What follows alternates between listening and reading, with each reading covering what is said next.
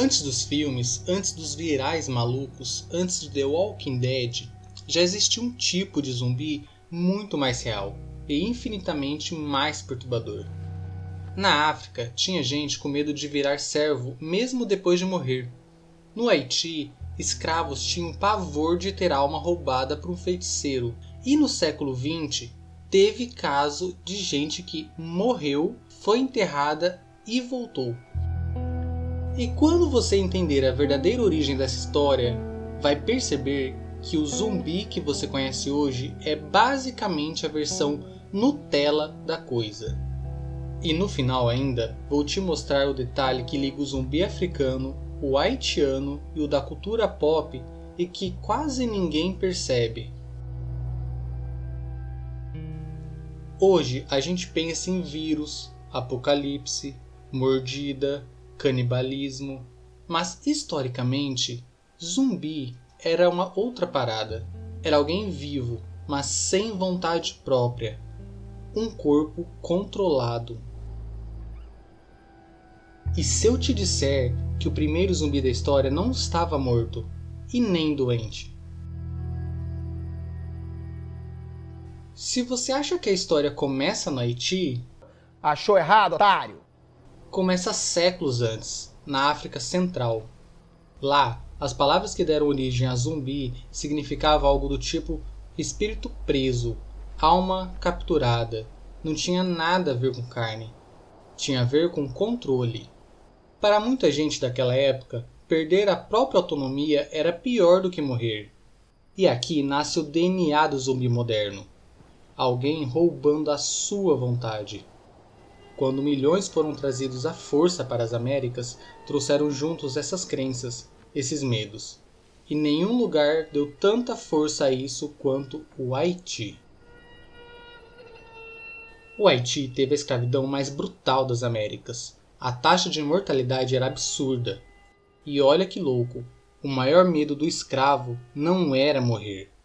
Era continuar escravizado depois da morte. O Bokor não era sacerdote bonzinho. É o vilão da história. Acreditavam que ele conseguia roubar a alma, guardar em potes, transformar gente viva em corpo sem vontade. O zumbi haitiano não era um morto-vivo. Era alguém vivo, respirando, mas sem consciência. Agora vem a parte pesada. Em abril de 1962, o haitiano Narcisse deu entrada no hospital, reclamando de febre e do que descreveu como insetos rastejando na pele. Quando sua condição piorou, a equipe lhe colocou em um quarto no hospital, e 2 dias depois ele foi declarado morto.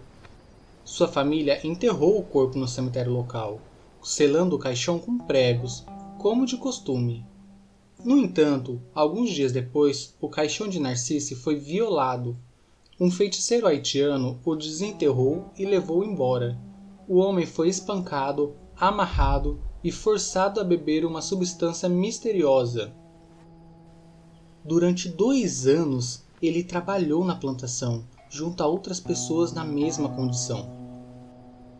Após a morte do Bokor, ele viu uma chance única de ir embora e saiu correndo, vagando sem rumo. Foi apenas 18 anos depois de sua suposta morte que ele retornou à sua cidade natal. À primeira vista, sua família não acreditou. Somente depois de responder uma espécie de questionário que contava com respostas que apenas ele poderia saber, o zumbi acabou sendo reconhecido, causando incredulidade em todos e chamando a atenção da mídia internacional. Na época, pesquisadores e cientistas chegaram a investigar o caso. Esse caso foi tão sério que virou livro, documentário e até inspirou Hollywood. E é aqui que a história muda completamente. Os gringos começaram a viajar para o Haiti, ver rituais e escrever relatos exagerados. A mídia adorou transformar medo em entretenimento. O livro The Magic Island praticamente oficializou a palavra zumbi nos Estados Unidos. E aí Hollywood olhou para isso e pensou: legal, vamos ganhar dinheiro. Em 1968, A Noite dos Mortos-Vivos foi um divisor de águas. Romero mudou tudo. Foram mortos voltando, comendo gente, contágio, apocalipse. Ele não inventou os zumbis, ele inventou os nossos zumbis. No primeiro filme ele nem usa a palavra zumbi. Foi o público que fez a associação. Romero mostrava corpos vazios devorando pessoas, mas hoje tem outra coisa devorando a nossa atenção. Em 96 nós tivemos Resident Evil, Doom. Nos anos 2000 tivemos várias séries, filmes, quadrinhos, tudo com zumbi. Com símbolos modernos, pandemias, colapso social, medo da tecnologia, perda de identidade. O medo ancestral continuou, só trocou de roupa. Da África ao Haiti, até Hollywood, o zumbi sempre representou a mesma coisa: perder o controle. Antes era um feiticeiro, hoje pode ser o sistema, a tecnologia, a rotina, a ansiedade. E se eu te disser que os zumbis mais perigosos não estão nos filmes? Eles estão olhando para telas, rolando feeds e perdendo a própria vontade sem perceber.